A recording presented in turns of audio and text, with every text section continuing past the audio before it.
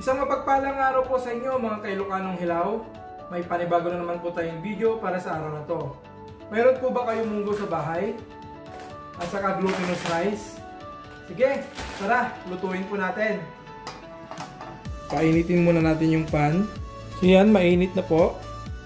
So bali, i-toast po natin yung munggo. Bali, 2 pong scoop yung ating ilalagay.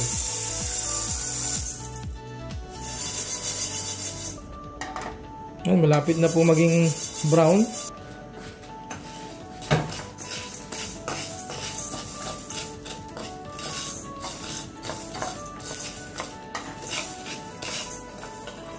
Malakas po yung apoy niya, so inahan po natin.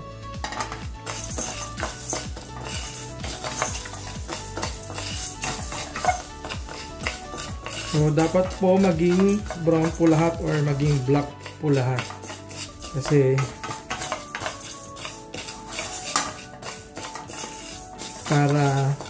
para sa ating lulutuin po mamaya.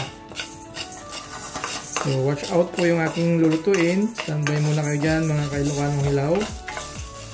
So malalaman nyo po mamaya kung ano po yung lulutuin ko dito. Ano? Napit na po.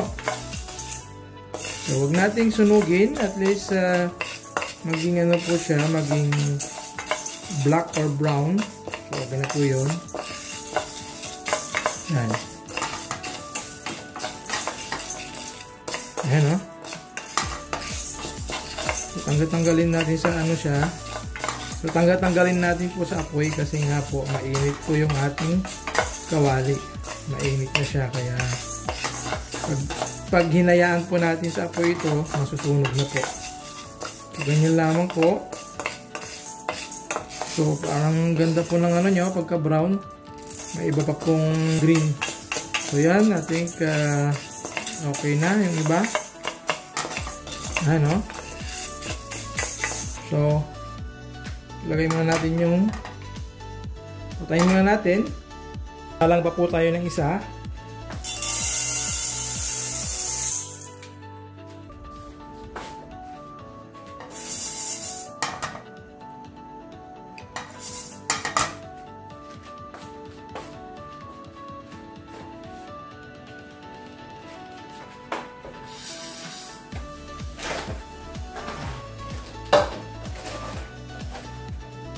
Bali po palamigin po natin yung ating munggo na toast para madali po nating pipit-pitin. Kasi nga po ito po ay pipit-pitin po natin yung mga yan.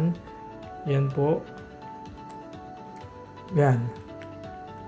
Ang ating na toast na munggo. Para sa ating lulutuin po mamaya. Yan po. So pit-pitin po natin siya. Crush po natin. Yan. So dalawang reason po bakit po natin pinipit-pit itong o itinotos po itong munggo saka pinipit-pit po para po maglasa po siya sa ating lulutuin po mamaya. Saka pangalawa, kaya natin itinotos para madaling i-crush. Yan po. Yan.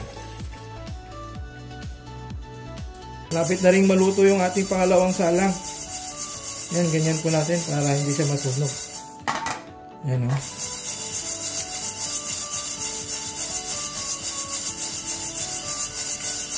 So, madali lang po lutuin itong lulutuin ko po ngayon. Tapusin nyo lamang po itong aking video na ipopost sa aking FB page sa aking at saka yung aking YouTube channel. So malalaman niyo po doon kung paano magluto po. Yan. I think okay na. Mayroon pa.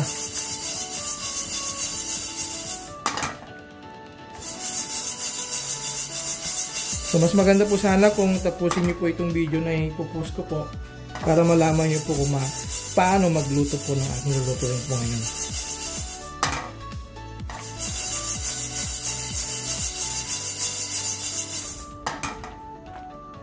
Ayan. I think even na po yung kulay. So, patayin na po natin. Lamigin muna natin para madaling i-crush po. Bali, ito na po yung na-toast kanina. Yan po, oh. Maganda po yung pagkaka-toast po niya. Yan, oh. Yan. Para sa ating lulutuin po mamaya. It's time to reveal later. Sige po, hugasan po natin yung ilalagay po natin glutinous rice. Ito po. Bali, mga isang tasang glutinous rice. So, yan. I think kulang pa. So, mga 2 cups. So, 2 cups po yung lalagay po natin na glutinous rice. Yan. Hugasan po natin. Hugasan po natin ng 2 beses po.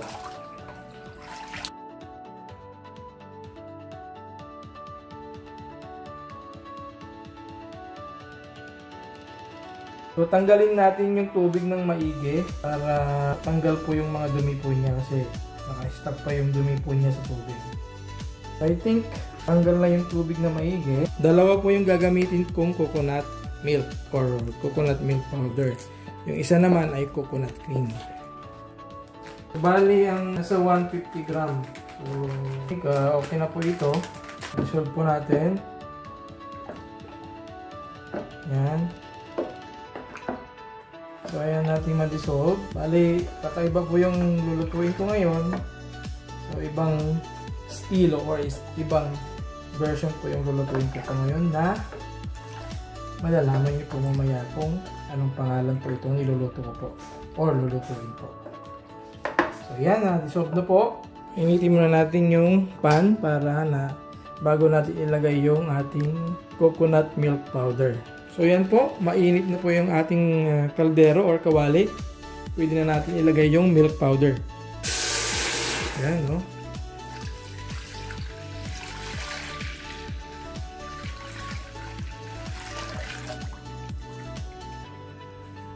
Yan. So, hayaan po natin kumulo.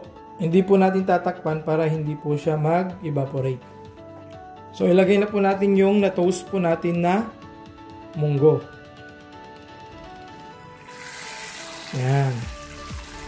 Saka hayaan po nating kumulo ng kumulo hanggang maluto po yung munggo po natin.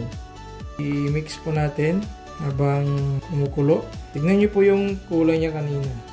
Diba po yung kulay po niya kanina ay puti. Ngayon naging kulay light brown na po siya.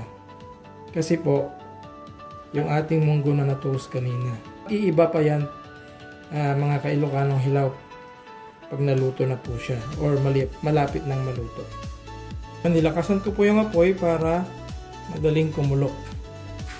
Pag once na kumulo na po yung ating coconut milk powder na non-dissolve, so pwede na natin ilagay yung glutinous rice.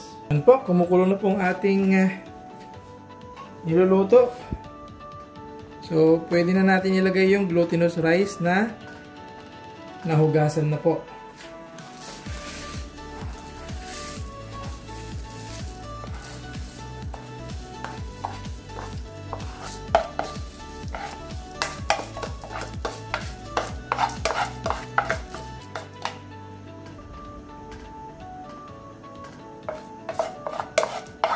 Haluin po natin para hindi po siya magdikit-dikit. So, mamaya po, tingnan po natin kung lalagyan pa natin siya ng tubig kasi medyo madami yung glutinous rice.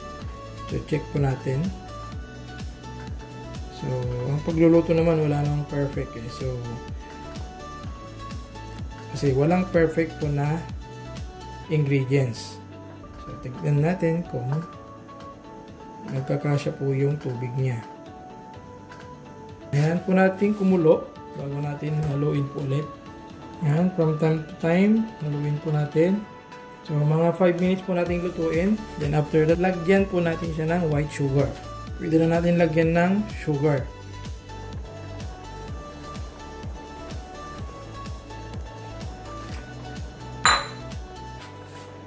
Alam nyo na pa kung ano ito. So, paki-comment lang po sa box po, sa comment box kung ano po itong niluluto ko po. Kaya natin maluto hanggang maluto talaga po para malambot po siya. So, pwede na natin lagyan ng ating secret. Pwede na natin lagyan ng secret recipe natin. Yan po, vanilla. So, lagay po natin lahat para bumango. Yan. So, lutuin pa siya natin ng maigi para tamang-tamang timpla.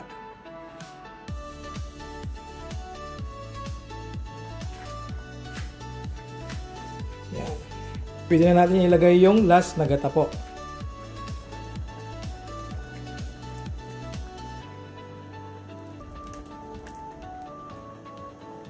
Yan, haluin lang po ng haluin para mag-even po yung portion po ng coconut cream po. Yan, oh.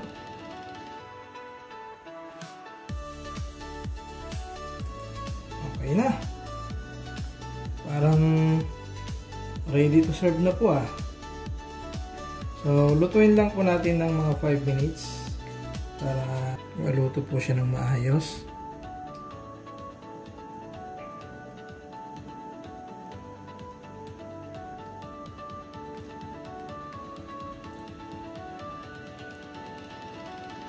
Yan.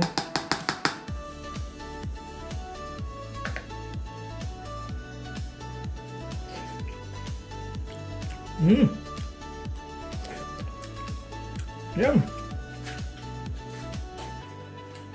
So, ganito lamang po kadali magluto ng lelot balatong po sa amin ito. So, ganyan lamang po kadali magluto. So, please don't forget to like, share, follow, and comments po sa aking post, sa aking FB page at sa kayong YouTube channel ko po. So, maraming salamat po sa panonood. Thank you for watching. God bless. First bite po natin mga kailokanong hilaw. Ating lelot balatong.